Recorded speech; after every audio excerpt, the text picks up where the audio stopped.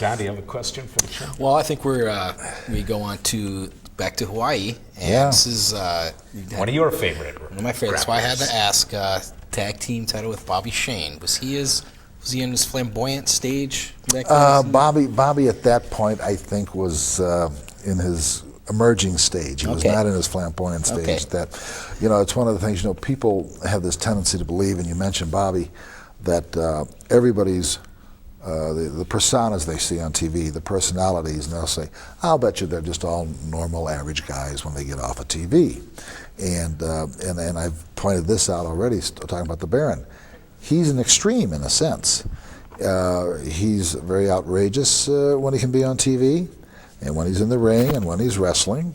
But when he gets off and out and back with his family, so to speak, he is one of the most soft-spoken gentlemen. Almost to the point that you say, "Baron, can you talk a little louder?" And just so nice that you'd say, "How can this guy?" Well, see, that's what they're all like. He's the extreme on that side. Most of them, myself, my TV persona, I think, and my real life persona are very, very close. Most of the rest of them were GP on TV, and then they were R plus, right on into X. And a guy one time, right here in Minnesota, he lived next door to Mad Dog Vachon, who rented a house out in Burnsville. And I ran into the guy someplace, and he says, "Let me tell you," I realized who it was that moved in next door.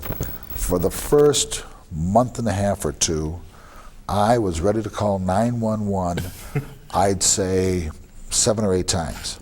He says, I would hear screaming, and I thought it must have been cursing in French. He says, people, and not only his voice, but the female voice as well.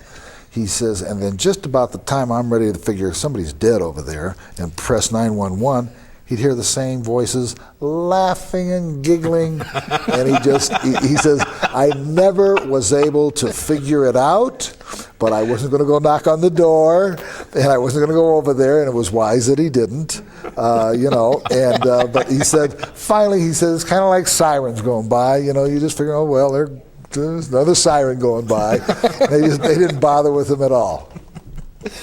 Oh, that's a great story. Yeah. And it does remind me that we've got a little quiz for the Prima-Donns fans out there who are also always wrestling fans. If we could come in a little tighter on this shot right here, and Prima-Donns fans, if you can get a snug up on this picture here. Cool. Well, on the other hand. There you go. There we go. Okay, now, Prima-Donns fans, take a guess who this professional wrestler is. And I'll give you just a moment. You've got 10 seconds. 10 seconds? Okay, well, they've already had 5. Okay. So I'll figure another 5 seconds. Okay. Okay, got it? For those of you who guessed this man right here, you were the prize winners. Where did our light go there? You best tell him, because you can't really see this guy. Yeah, there you go. The one and only Maurice Vachon. Now, you should show him the other picture over again. Let's see them both side by side.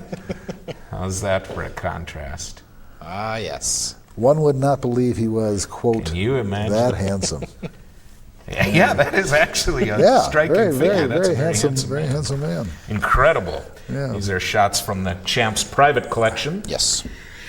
And we're picking up getting close your to career again as we get closer and closer to the AWA days that so many Prima-Donns fans are most familiar with. We'll scratch the surface on the end of the show. You entered AWA first time in the early 70s? 71. 71? Yeah. Okay, were you managed right away by Bobby Heenan, No, or did you bring him in later? Or? Bobby Heenan had managed Blackjack Lanza before me, and here as well as in other parts of the country.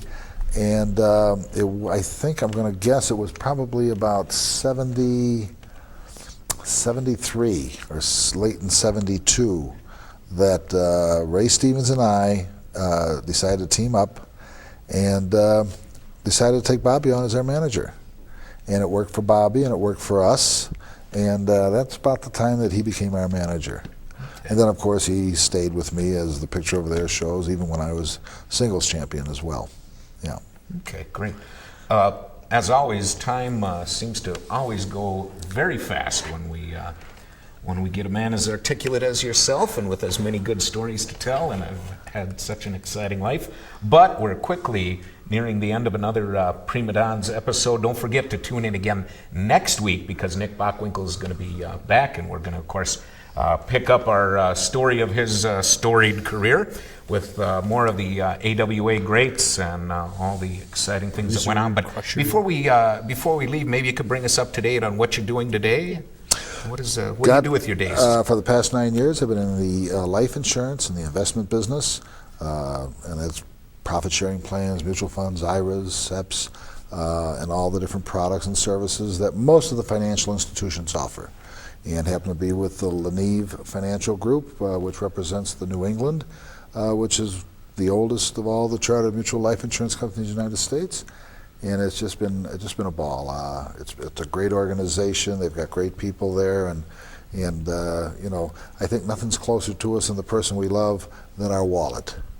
And so that when it comes to a buck, most people want to hear the right information, the right answers, and they want to be told the truth.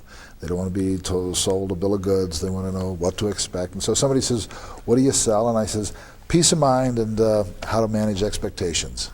So, did you start as soon as you finished wrestling? Did you go directly into financial planning? I tell this to people too. I took about 6 months off, didn't do too much, and then I went to work for the WWF for a while behind the scenes, and then after that, you know, I kind of, you know, I put a few dollars away, but I kind of said, you know, Nick, if you live for another 30 years and you're watching it come down, and if you want to keep a condo in Florida and you want to belong to the country club, it's not going to last.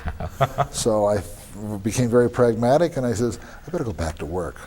And I've enjoyed myself very much. It's great. I'll bet you have. Well, thank you very much for joining us this week on the Prima-Donns. Of course, each and every week you can see us right here on MTN Channel 32, 10:30 on Tuesdays. And don't forget, next week we're coming right back with more from Nick Bockwinkel. All right. Well, let's see. How many things have I forgotten now?